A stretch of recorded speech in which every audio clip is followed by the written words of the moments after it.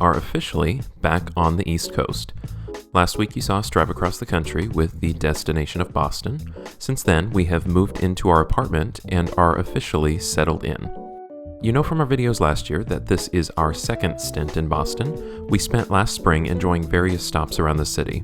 We packed a lot into those 3 months, but there is still plenty for us to see and do while we're here for a second go-round. The problem? One, with COVID numbers on the rise, we're trying to avoid stops that are inside with crowds, trying to mainly stick to outdoor activities. However, and this is problem 2, it's cold.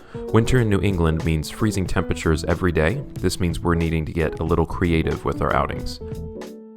This week we went on a driving tour of street art in Boston.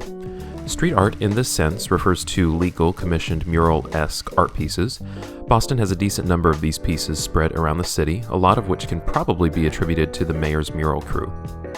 Boston, like most major cities in the second half of the 20th century, saw its walls slowly saturated with illegal graffiti. The mayor's mural crew was commissioned in the 90s with the initiative of covering this graffiti with beautiful, legal works of art. Our driving tour only had a couple of stops, and we mainly stayed around the Allston neighborhood, which is kind of on the west side of Boston. Our first stop on Lincoln Street, a painting titled Domino Theory by Caleb Nealon. Nealon is a local author and artist with multiple similarly styled installations around the city. He's also a co-author of the book The History of American Graffiti.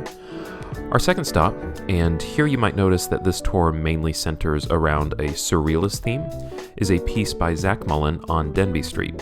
Two silhouettes, one representing night, one day, engaging in some sort of conversation. As our guide discussed, there is much up for audience interpretation with this piece. What are they discussing? Why does only night seem to be speaking? What does the seemingly random assortment of shapes and objects between the two figures represent? Such is the nature of most surrealist works, I guess. Our third stop can be interpreted a little more literally. Titled Collaboration with Snowman is by Ryan Adams, a Portland, Maine graffiti artist, known for his geometric breakdown of letter forms, relying on shapes and shadows to create the illusion of movement. The title refers to his co-artist on the piece, Snowman, an artist well known in the New York graffiti scene. Our fourth and final stop, a painting that adorns the garage doors at Zone 3 on Western Avenue. Zone 3 is a Harvard initiative that transforms small, unused spaces in this part of town into what they call a vibrant hub of creativity. The goal is to spark community engagement, and it was only fitting they chose a local artist, Sam Fish, for the commission of painting the garage doors. The piece is called Rock City, and Fish calls it an ode to Allston to keep it thriving.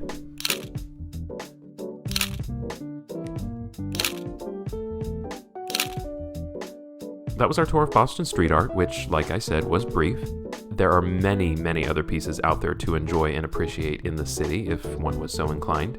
It was nice to be able to drive around and have an experience akin to visiting an art museum, but in a completely different environment, especially one that was very much more isolated. We're looking forward to continuing our exploration of Boston, and we hope you'll join us next week in whatever we're doing then. So in the meantime, we'll see you next week. Bye.